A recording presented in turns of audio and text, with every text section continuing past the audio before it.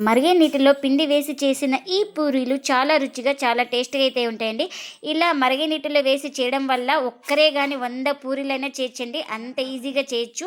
చాలా టేస్ట్‌గా ఉంటాయి. ఈ పూరీలొచ్చేసి ఇంటిల్లిపాది అందరికి నచ్చుతాయి. అంత టేస్ట్‌గా అయితే ఉంటాయి. ఇంకెందుకు ఫ్రెండ్స్ ఆలస్యం, ఎలా చేయాలో ఏంటో అనేది వీడియోలోకైతే వెళ్ళిపోయి చూద్దామా మరి? ముందుగా స్టవ్ అయితే ఆన్ చేసుకొని ఒక కడాయి అయితే పెట్టేసుకోవాలి. ఇంక ఇప్పుడు ఇందులోకి 3/4 కప్పు వాటర్ అయితే వేసుకుంటున్నాను. ఇంకా ఇక్కడ వాటర్ అయితే 3/4 కప్పు అయితే తీసుకున్నాను. ఇదే కప్పుతో కప్పున్నర పిండి అయితే తీసుకుంటున్నాను. ఇంకా ఇప్పుడు ఇందులోకి కాస్త ఆయిల్ కూడా వేసుకుంటున్నాను. రుచికి తగినంత సాల్ట్ని కూడా తీసుకుంటున్నాను. ఇంకా అలాగే ఒక 3 స్పూన్ల దాకా బొంబాయి రవ్వను కూడా వేసుకోవాలి. ఇలా వేసుకొని బాగా కలిపేసుకోవాలి, ఇక్కడ ఉండలు లేకుండా. మనకు ఈ వాటర్ వచ్చేసి బాగా బాయిల్ అవ్వాలి. ఇంకా మనకి ఇలా బబుల్స్ అయితే వస్తున్నాయి కదండి వాటర్ అయితే. ఇప్పుడు ఏ కప్పుతో వాటర్ తీసుకున్నానో అదే కప్పుతో 1.5 కప్పు అయితే పిండి అయితే తీసుకున్నాను. ఇంకా ఈ పిండిని వేసుకొని ఇంకా ఇలా పిండి మొత్తాన్ని బాగా కలిపేసుకోవాలి. ఇక్కడ నేను చూపిస్తున్నాను కదా, ఈ విధంగా బాగా కలిపేసుకోవాలి. ఇంకా ఇలా కలుపుకొని స్టవ్ అయితే ఆఫ్ చేసుకోవాలి. ఇలా స్టవ్ ఆఫ్ చేసుకున్న తర్వాత మనం ప్లేట్ అయితే పెట్టేసుకుందాం. ఇంకా కాస్త చల్లారనివ్వాలి. ఇంకా ముందుగా కడాయి అయితే పెట్టేసుకొని ఒక 3 స్పూన్లు ఆయిల్ అయితే వేసుకున్నాను. ఆయిల్ కూడా హీట్ అయింది. ఇప్పుడు ఇందులోకి శనగపప్పు అలాగే మినపప్పు వేసుకోవాలి. ఒక హాఫ్ టీ స్పూన్. అలాగే జీలకర్ర, ఆవాలు కూడా వేసుకుంటున్నా. ఇంకా కాస్త ఈ పప్పులు అన్నీ వేగిన తర్వాత మనకు ఇలా చిన్నగా కట్ చేసుకున్న ఆనియన్స్, టమోటా అయితే వేసుకోవాలి.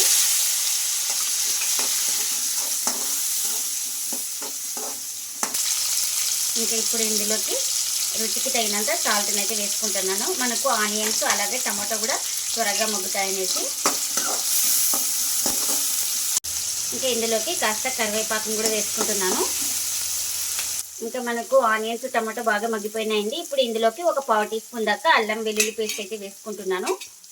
ఈ అల్లం వెల్లుల్లి పేస్ట్ వేసుకున్న తర్వాత ఇంకా పచ్చి వాసన పోయే వరకు అయితే ఫ్రై చేసుకోవాలి మనం. ఇంకా అల్లం వెల్లుల్లి పేస్ట్ పచ్చి వాసన పోయిన తర్వాత ఇప్పుడు ఇందులోకి టేస్ట్కి తగినంత కారం అయితే వేసుకోవాలి. అలాగే ఒక 1/2 టీ స్పూన్ ధనియాల పొడి, ఒక 1/4 టీ స్పూన్ దాకా గరం మసాలా, ఇవన్నీ వేసుకొని బాగా కలిపేసుకోవాలి. ఇంకా ఇప్పుడు ఈ మసాలాలన్నీ పచ్చివాసన పోయిన తర్వాత ఇప్పుడు ఇందులోకి ముందుగానే ఉడికించి పెట్టుకున్నానండి ఈ క్యాలీఫ్లవర్ ముక్కలను అయితే వేసుకుంటున్నాను. బాగా వేడి నీళ్ళలో ఉడికించుకోవాలి. ఒక 10 నిమిషాల పాటు మనకు బాగా కుక్ అయిపోతాయి. ఇంకా ఇందులోకి కాస్త పసుపు, సాల్ట్ అయితే వేసుకొని ఉడికించుకున్నాను. ఇంకా ఈ క్యాలీఫ్లవర్ ముక్కలు కూడా వేసుకొని బాగా కలిపేసుకోవాలి. ఇలా మొత్తం బాగా కలిపేసుకున్న తర్వాత ఇందులోకి కాస్త వాటర్ని అయితే వేసుకుంటున్నాను. ఇంకా ఈ వాటర్ని కూడా వేసుకొని మొత్తం ఇలా బాగా కలిపేసుకుందాం. ఒక 2 నిమిషాల పాటు ఉడికించుకుంటే చాలు మనకు. ఇలా ఒక 2 నిమిషాల తర్వాత ఇంకా లాస్ట్గా కొత్తిమీర అయితే వేసుకుంటున్నాను. ఇంకా కొత్తిమీర వేసుకొని ఇలా బాగా మొత్తం ఒకసారి కలిపేసుకొని ఇంకా స్టవ్ అయితే ఆఫ్ చేసుకుందామండి. మనకు క్యాలీఫ్లవర్ కర్రీ అయితే రెడీ అయిపోయింది.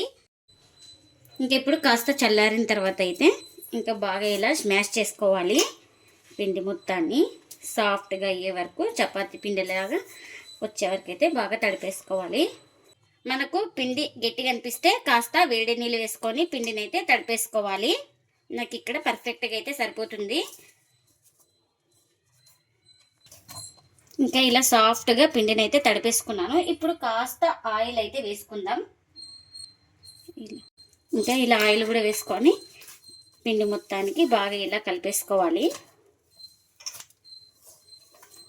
ఇంకా ఇప్పుడు ఈ పిండి ముద్దను తీసుకొని ఇలా మ్యాట్ మీద పెట్టేసుకొని ఒకసారి ఇలా బాగా కలిపేసుకుందాం. 2 చేతులతోటి ఇలా బాగా స్మాష్ చేసుకోవాలి.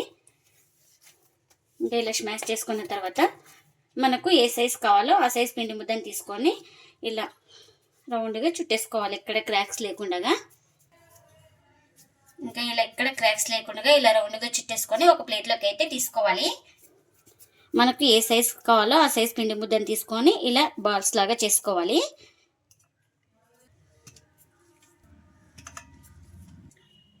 ఇంకా ఎన్ని అయితే అన్నీ ఇలానే చేసుకోవాలి.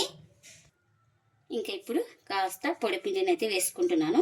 ఇంకా ఒక పిండి ముద్దను తీసుకొని ఇలా డిప్ చేసుకోవాలి మొత్తం. ఇంకా ఇప్పుడు ఇలా రుద్దుకోవాలి. మనకు పూరి ఎలా రుద్దుకుంటామో సేమ్ అలా రుద్దుకోవాలి. ఇలా వేడి నీళ్ళలో పిండి వేయడం వల్ల మనకు పిండి అనేది నానపెట్టే పని లేదండి. ఈజీగా అప్పటికప్పుడు చాలా ఈజీగా చేసుకోవచ్చు. ఇంకా నేను ఇక్కడ ఈ సైజ్ అయితే పూరి అయితే రుద్దుకున్నాను. ఇలా ఉండాలి, ఎక్కువ పల్చాగా లేకుండా ఎక్కువ థిక్నెస్ లేకుండా ఇలా మీడియంగా ఉండాలి. ఇంకా ఇక్కడ సైడ్కి అయితే పూరీని అయితే పెట్టేస్తున్నా. ఇంకా మరొక పిండి ముద్దను కూడా తీసుకొని పిండిని డిప్ చేసుకొని ఇలానే రుద్దుకోవాలి. ఇలా చేసుకోవడం వల్ల మనం ఎన్ని పూరీలైనా చేసుకోవచ్చండి. ఇలా హాట్ వాటర్లో పిండి వేసి కలపడం వల్ల మనకు ఈజీగా వచ్చేస్తాయి.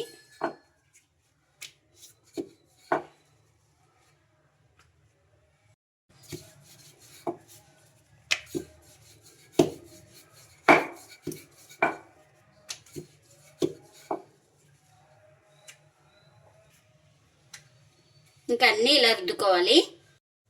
ఇంకా పూరి కాల్చుకోవడానికి ఆయిల్ కూడా పెట్టేసుకున్నాను. ఆయిల్ కూడా హీట్ అయింది. మనం చేసుకున్న పూరీని అయితే ఇంకా ఆయిల్లోకి అయితే వేస్తున్నాను. ఇంకా ఇలా వేసిన తర్వాత ఇలా కాల్చుకోవాలి. ఇలా ప్రెస్ చేసుకుంటే మనకు బాగా పూరి అనేది బాగా పొంగుతుంది. ఇలా పొంగిన తర్వాత ఇంకొక వైపు అయితే ఇలా తిప్పుకోవాలి. ఇంకా రెండు వైపులా పూరీని అయితే బాగా కాల్చుకోవాలి మనం. ఇంకా ఇలా కాలింది కదా బాగా రెండు వైపులా. ఇంకా ఇప్పుడు ప్లేట్లకి అయితే తీసుకుందాం. చూడండి,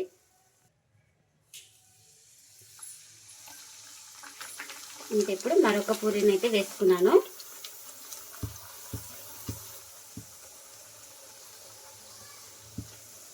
చూడండి, ఇలా చేసుకోవడం వల్ల ప్రతి పూరి పొంగుతుందండి. మనకు ఈజీగా ఎన్నైనా చేసుకోవచ్చు. ఒక్కరే కానీ అంత టేస్ట్గా అయితే ఉంటాయండి పూరీలు అయితే. కాస్త బొంబాయి రవ్వ పిండిని అయితే వేసుకున్నాం కదా, చాలా బాగా వస్తాయండి. ఇంకా ఈ పూరి కూడా రెడీ అయిపోయింది. ఇంకా దీన్ని కూడా ప్లేట్లోకి అయితే తీసుకుందాం.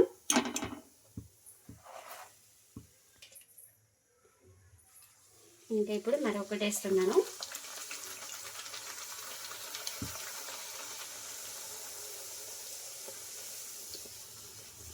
చూడండి, పూరీలు అయితే ప్రతి పూరి బాగా పొంగుతుంది. ఇంకా అన్నీ ఇలానే చేసుకోవాలి. ఇది కూడా రెడీ అయిపోయింది మనకు. మరిగే నీటిలో పిండి వేసి చేసిన పూరీలు అయితే రెడీ అయిపోయినాయండి. ఇంకా ప్లేట్లకి అయితే సర్వ్ చేస్తున్నాయి. పూరీలు చాలా టేస్టీగా ఉంటాయండి.